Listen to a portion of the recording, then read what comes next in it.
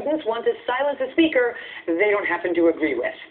Students at a public university in Texas are petitioning against their own governor, Greg Abbott, as their graduation speaker because they say, well, he's just not diverse enough and, quote, does not align the spirit of the University of North Texas.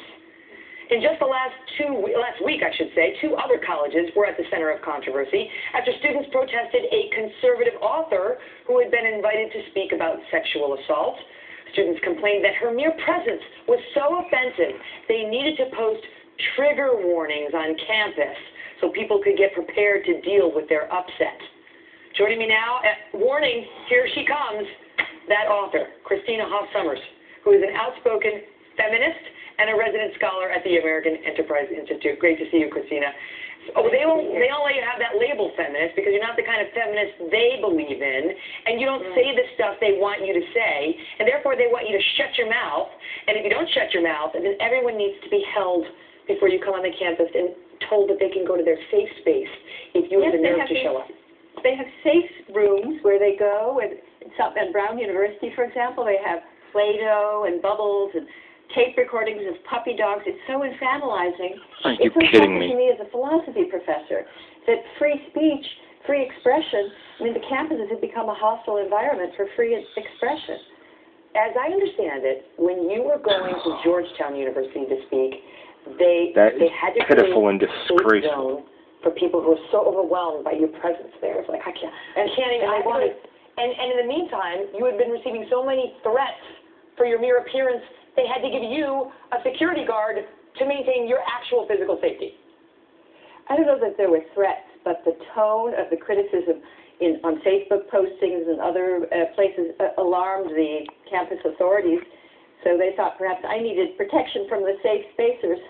Did they give you a little Play-Doh? I mean, did you want to? I will say at Oberlin, I wouldn't have minded going to their safe room because it was so intense. I walk into the hall and it's filled. They had kept changing the room because there were greater numbers of people wanted to come to protest me being on campus. And the room was filled with people with posters and placards and.